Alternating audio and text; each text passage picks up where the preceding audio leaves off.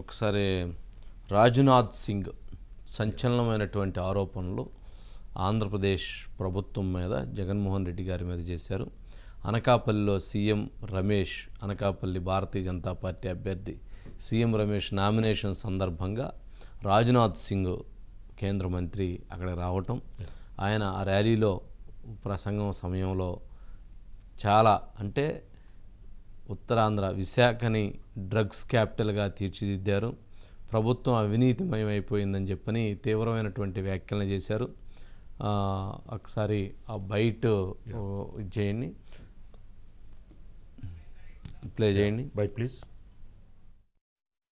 Cultural, industrial और commercial बनना था, अब यह ड्रग्स की कैपिटल के रूप में इनफेमस हो रहा है. यह बहुत ही अनफॉर्चुनेट है. यह बहुत ही अनफॉर्चुनेट है कि सिटी ऑफ डेस्टिनी अब ड्रग्स का इंटरनेशनल ड्रग्स डिस्ट्रीब्यूशन सेंटर बन रहा है. और इसके संबंध में मैं समझता हूं कि जो भी गवर्नमेंट आए आगे उसे सावधानी बरतने की जरूरत होगी. साथियों, विशाखापट्टनम जिसे एक कल्चरल, इंडस्ट्रियल और कॉमर्शियल बनना था, एक कल्चरल నాకు అనకాపల్లి గురించి ఏమీ తెలియదంట, ఎన్ని మండలాలు ఉన్నాయో తెలియదంట, ఎంత డెవలప్మెంట్ జరిగిందో తెలియదంట. నేను ఈ సభాముఖంగా చెప్తున్నా, వారి 7 మంది అభ్యర్థులు పోటీ చేసే 7 మంది అసెంబ్లీ అభ్యర్థులు ముత్యాల నాయుడు, నువ్వు కావాలంటే ఇక సజ్జల రామకృష్ణారెడ్డినో, విజయసాయి రెడ్డినో, లేదంటే సుబ్బారెడ్డినో అందరూ తీసుకుని వచ్చేయండి, నేను ఒక్కడిని వస్తా.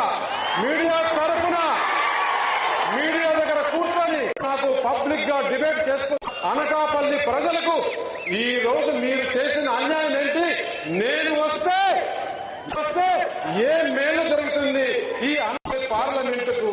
ఎందుకంటే ఈ రోజు రాజ్నాథ్ సింగ్ గారు వచ్చారంటే మీరు అర్థం చేసుకోండి, మన ప్రధానమంత్రి నరేంద్ర మోడీ గారు ఈ అనకాపల్లి పైన ఎంత సీరియస్ గా ఉన్నారో. రేపు 3-4 తారీఖుల్లో ప్రధానమంత్రి కూడా అనకాపల్లికి వస్తున్నారంటే రేపు భారతదేశంలో కొత్త ప్రభుత్వం వచ్చిన తర్వాత ఏ పథకం వచ్చినా పెద్దలు రాజ్నాథ్ సింగ్ గారు ఉన్నారు, అమిత్ షా గారు ఉన్నారు, ప్రధానమంత్రి ఉన్నారు. నేను ఎంపీగా ఉంటే ఆంధ్రప్రదేశ్ లో అనకాపల్లికే మొట్టమొదటి పథకం తీసుకొని వస్తాను. అది మొత్తానికి అనకాపల్లిలో వేడి పుట్టిందంటే సీఎం రమేష్ స్పీడ్ ఎక్కువ కదా, స్పెషల్ ఫ్లైట్లు ఉండే కదా, అందుకని స్పీడ్ ఎక్కువ. అట్లాగే 3-4 తారీఖులలో ప్రధానమంత్రి గారు 3 సభలకు రాబోతున్నారట. ఎక్కడికి? ఆంధ్రప్రదేశ్కి. దానికోసం ప్లాన్ ఆఫ్ యాక్షన్ రెడీ చేస్తున్నారు. 3 సభలలో పాల్గొనబోతున్నారు ప్రధానమంత్రి నరేంద్ర మోదీ గారు. అందులో ఒకటి అనకాపల్లి ఉండబోతుంది. 3-4 తారీఖుల్లో ప్రధానమంత్రి గారు వచ్చి వెళ్ళిన తర్వాత అమిత్ షా గారు కూడా ఒక 2 రోజులు 4 సభల్లో పాల్గొంటారనేటువంటిది సమాచారం. మరి ఇప్పుడు దానికి సంబంధించి రేపు ఒక ఇప్పటికే పార్టీలకు సంకేతం వచ్చిందనేటువంటి అంశాన్ని తెలియజేస్తున్నారు. మరి మొత్తానికి సీఎం రమేష్ గారు ఇప్పుడు అక్కడ దూకుడు పెంచారు. ఎక్కడ? అనకాపల్లిలో దూకుడు పెంచారు. ఆ దూకుడి ప్రభావంతో మొత్తానికి అక్కడ ఉన్నటువంటి పార్టీల అభ్యర్థులకు కూడా ఒక బూస్ట్ వచ్చినటువంటి పరిస్థితి అయిపోయింది.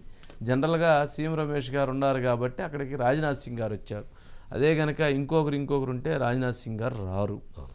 అలాగే రేపు ప్రధానమంత్రి గారు వస్తున్నారనంటే కొంత అక్కడ ఎవరికైతే ఢిల్లీలో ఇన్ఫ్లుయెన్స్ ఉంటుందో ఆ ఇన్ఫ్లుయెన్స్ని ఆయన ఉపయోగించి తీసుకురాగలుగుతాడు.